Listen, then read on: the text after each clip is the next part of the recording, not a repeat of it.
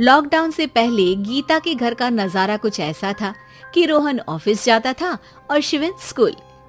जिनके घर से जाने के बाद गीता काम खत्म करके बाकी समय आराम करती थी। लेकिन लॉकडाउन के बाद ऑफिस और स्कूल घर में ही खुल गए और इससे गीता का हाल वो तो आपको देखने में ही मजा आएगा। शिविन, ओ शिविन, महाराज उठने के लिए क्या 21 तोपों की सलामी लेंगे? अरे बिस्तर से बाहर निकल, ऑनलाइन क्लास स्टार्ट होने वाली है। अरे तुम भी हद करती हो, स्पीकर की तरह चिल्लाने की क्या जरूरत है? दिख नहीं रहा मेरी कॉन्फ्रेंस चल रही है। अब कैमरा और स्पीकर ऑन कर रहा हूँ, मुझे कोई शोर नहीं चाहिए। इस पर जैसे ही रोहन लैपटॉप का कैमरा और स्पीकर ऑन करता है तभी कुकर की सीटी बजती है। करा लो अब इसे चुप। लॉकडाउन नहीं हुआ, मेरी मौत का फरमान जारी हो गया। दोनों बाप बेटे ने नाक में दम किया हुआ है। ऐसा बोलकर गीता वहां से शिविन के कमरे में पहुंच जाती है, जहां शिविन अभी भी सो रहा होता है। ओ आलसी, अब अगर 5 मिनट में नहीं उठाना तो आज तेरा गेम और यूट्यूब कैंसिल। माँ की बात सुनकर शिविन बिना 1 मिनट गंवाए उठ खड़ा होता है। उठ गया, अभी नहाकर भी आता हूँ। ये नाटक कहीं और, मुंह पर गीला कपड़ा मार और पढ़ने बैठ। शिविन की ऑनलाइन क्लास स्टार्ट हो जाती है, जिस पर गीता उसे वहां बिठाकर रसोई में चली जाती है। थोड़ी देर में उसे कमरे से कुछ आवाज सुनाई देती है, जिसे सुनकर वो कमरे में वापस आती है। हाय राम, तुझे क्लास अटेंड करने के लिए बोला था, कैमरा ऑफ करके बिस्तर पर नाचने के लिए नहीं बोला था। मम्मी मुझे कुछ समझ नहीं आ रहा, आप बाद में पढ़ा देना ना, वैसे भी अटेंडेंस तो लगी गई है। हाँ हाँ बेटा, जरूर बन जा, तू अभी से हम सबका बाप बन जा। अरे नहीं मतलब कहाँ से लाते हो इतना दिमाग, और पढ़ाई करते हुए ये चला कहाँ जाता है? नाइस क्वेश्चन, दिमाग से पूछकर बता दूंगा। शिविन की बातों से परेशान होकर गीता उसे मारने के लिए जैसे ही आगे बढ़ती है तभी वो कमरे से बाहर भाग जाता है। अब शिविन आगे आगे और गीता हाथ में चप्पल पकड़े उसके पीछे पीछे पूरे घर में दोनों घूम रहे होते हैं। इसी बीच वो रोहन के पास पहुंच जाता है और शिविन को मारने वाली चप्पल रोहन के लैपटॉप पर जाकर गिरती है। ओए माँ! मम्मी, अब पापा को चप्पल मार रही हो?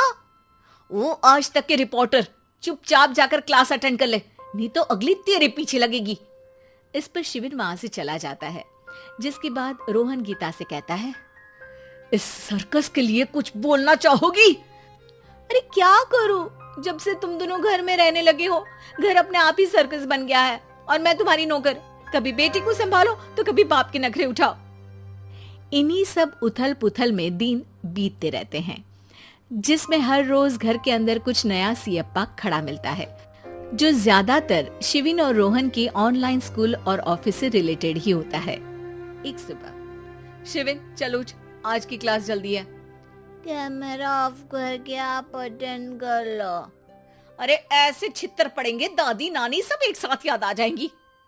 गीता की लाख मशक्कतों के बाद क्लास तो खत्म हो जाती है, लेकिन उसके बाद शिविन फोन इस्तेमाल करते हुए इंस्टाग्राम रील बनाने लगता है। रसोड़े में कौन था? तुम थी, मैं थी, कौन था? कौन था? हाँ, मैं गरीब हूँ। अरे ओ गरीब के बेटे, आजा, मैं बनाती हूँ तुझे गरीब। मैं बताती हूँ रसोड़े में कौन था। पढ़ाई करने बोलो तो इनकी माँ मर जाती है, और ये पागलपंतियां जितनी मर्जी करा लो।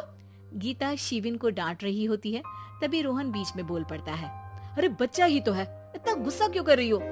बेटे का साथ देने की इसी एक कोशिश में अब शिविन के साथ साथ रोहन भी गीता के गुस्से की सूली पर चढ़ जाता है। अगर बेटे पर इतना ही प्यार आ रहा है तो इसे क्लास अटेंड क्यों नहीं कराते, इसका होमवर्क क्यों नहीं कराते? उस समय तो बहुत जल्दी मीटिंग आ जाती है, वो काम मैं करूं और यहाँ इस बेफिजुली की चीज में तरफदारी करके बन जाओ महान। हे भगवान, कोई तो इनके ऑफिस और स्कूल खुलवाओ, मैं इन्हें और घर में नहीं सह सकती। अरे कुछ और मांग लेती, क्योंकि तुम्हारी ये विश इस साल तो पूरी होने से रही, कोरोना। हाय नास बेटे ने जिंदगी ही बर्बाद कर दी। खाए कोई पचाए कोई, कल मुझे चुन चुन कर सबको मेरी बद्दुआ लगेगी। उन्होंने दुनिया का और इन बाप बेटे दोनों ने मेरा जीना मुश्किल कर दिया। गीता वहां से चली जाती है, जिसके बाद रोहन शिविन से कहता है, अरे तुम्हारी मम्मी इतनी भड़की हुई क्यों है?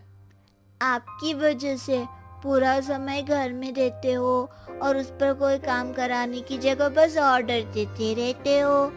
अच्छा बेटे, सारा इल्जाम मुझ पर? पूरा दिन तो वो तुम पर ही चिल्लाती है। हाँ, मतलब दोनों का 50-50 है, कुछ करना पड़ेगा। वो कहते ना, make the best out of worst. I have an idea. वैसे तुम्हारी माँ सही कहती है, बहुत जुबान चलाने लगे हो, कम बोला करो। अगली सुबह रोहन और शिविन अपनी गलती को सुधारने के लिए गीता के उठने से पहले घर का आधा काम खत्म कर देते हैं, जिसे देखकर गीता खुश हो जाती है और फिर बाकी बचा काम वो तीनों मिलकर पूरा कर लेते हैं। जिसके बाद अब वो सब मिल बांट कर हर काम में एक दूसरे की मदद करते हुए लॉकडाउन का मजा लेने लगते हैं।